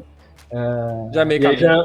Exatamente, já é meio caminho andado. Porque, cara, se eu quiser pegar um ônibus, né, ainda mais no meu caso, eu tenho algumas necessidades mais específicas com relação à qualidade de vida e mobilidade, porque eu não tenho CNH, não tenho carteira de motorista, detesto carro, não quero ter na minha vida. Assim. Se um dia eu tiver filhos, talvez eu tenha um carro por questão de emergência. No momento não faz falta, inventaram um Uber, que é muito legal. E aí, a qualidade de vida na cidade lá é muito maior, sabe? É uma cidade muito mais arborizada, muito menos poluída, né? com menores níveis de violência, enfim. Muito mais coisa. É muito, muito, muito discrepante, assim, sabe? O meu primo que mora, né, em São José dos Campos, não, em São Carlos. Tem um primo que mora em São Carlos, que é uma cidade pequena, uma cidade gostosa, uma cidade que tem uma qualidade de vida boa. E ele foi passar férias lá em Porto Alegre, vai visitar minha mãe, né? E ele falou, cara, eu tô apaixonado pela cidade, quero mudar pra cá, quero morar aqui. Legal. Então, né, a gente acha lugares muito legais, né, dentro do...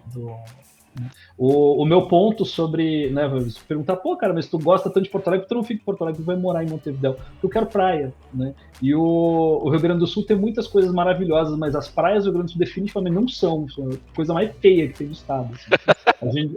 A gente chama o mar lá de chocolatão, porque o mar é marrom. Assim, é o segundo gaúcho que fala isso pra gente aí em 2 semanas. Olha, o Rio Grande do Sul tem coisas muito lindas, tu vai pra serra lá, né, tu vai pra, sei lá, pra Cascata do Caracol, né? Tem a Canela, né? Ali em Gramado, Canela, aquela região, mas assim, até um pouquinho, não exatamente Gramado, Canela, que é o grande foco, mas, sei lá, Bento Gonçalves, tem umas fotos dos vinhos ali, tem uns negócios lindos, assim, tu vai, né? Tu vê esqueci o nome, o Parque da Ferradura. Né? Tem um rio em forma de ferradura lá, assim.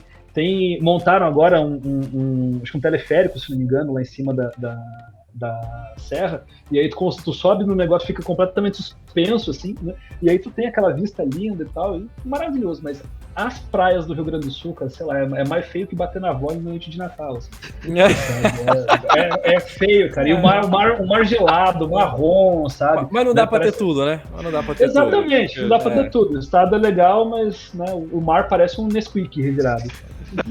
Pois é, a gente tem que escolher o que a gente mais faz sentido pra gente, né? Se a gente gosta mais de interior, por exemplo, o Rio Grande do Sul, pra quem adora outdoor, né? Campo e tal, né? Fazer escalada, essas coisas, deve ser maravilhoso, porque tem tudo essa estrutura pra isso. Agora, quem curte praia, realmente vai ter que ou vai pro Nordeste, ou vai pra algumas regiões do Sudeste que são bonitas, tem um litoral legal, ou realmente vai ter que descer mais um pouquinho pro Uruguai. Pois é. Mas assim... E, cara, do Uruguai pro Rio Grande do Sul, assim, de Montevidéu pro Rio Grande do Sul, de ônibus é 8 horas. Boa, fazer. Rapidinho, cara, rapidinho. Foi algumas vezes já, assim. Que legal, legal. Turma, então, infelizmente, a gente vai chegando no final desse podcast.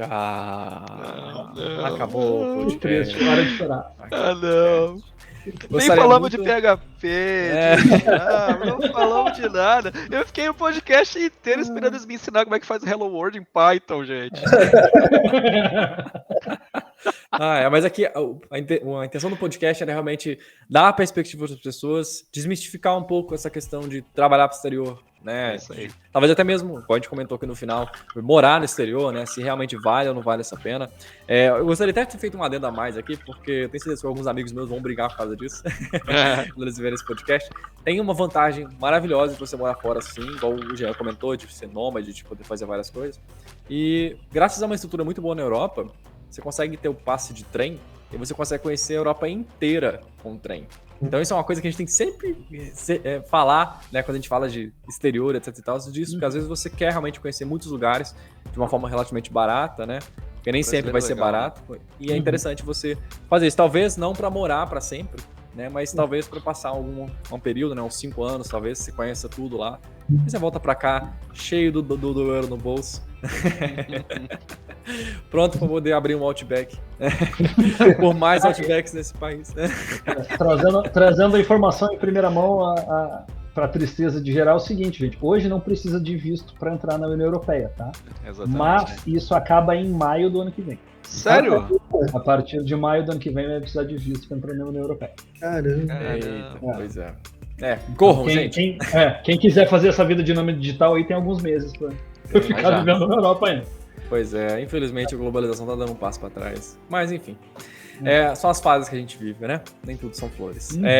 Pessoal, eu gostaria muito de agradecer a participação de vocês. Eu espero muito que vocês tenham gostado daqui. Peço desculpas se a gente fez alguma piadinha ou cortamos aí vocês no meio da fala ou algo do tipo. Tá? Acontece bastante. A gente tenta fazer o melhor que a gente pode, mas infelizmente não tem como agradar gregos e troianos. E também gostaria de pedir desculpa para quem estiver ouvindo, se a gente falou alguma coisa que te ofendeu ou que te deixou chateado, se foi porque a gente brincou com alguma linguagem de programação, ou se foi alguma visão política, etc. A gente tenta fazer o podcast da forma mais imparcial e neutra possível, mas não tem como a gente falar de assuntos como, né, qualidade de vida, balanço cambial, né? Na verdade, essa questão do câmbio, né? Não é balanço cambial. Falar esse tipo de coisa sem realmente tocar em alguns assuntos que podem ser sensíveis para quem está nos assistindo. Então a gente pede desculpa se a gente, infelizmente, aí, antecipadamente tenha te causado algum tipo de desconforto. E se inscreva no nosso canal, curta o nosso vídeo. E agora eu vou dar um espaço para que vocês possam dar recados, caso vocês queiram. Não tenho nenhum recado, só agradecer pelo convite, agradecer pela conversa. Foi bem bacana, achei super enriquecedora. Algumas coisas, aprendi coisas que eu não sabia. Inclusive, foi bem bacana, bem divertido. Só agradecer vocês mesmo. E pedir desculpa também caso eu tenha ofendido alguém. Relaxa, Janzinho. Show de bola. Eu também queria primeiro pedir desculpa se eu ofendi alguém. Se a pessoa quiser me xingar, a minha caixa de mensagens no LinkedIn está aberta. É só mandar, não tem problema. Eu aceito críticas construtivas sempre.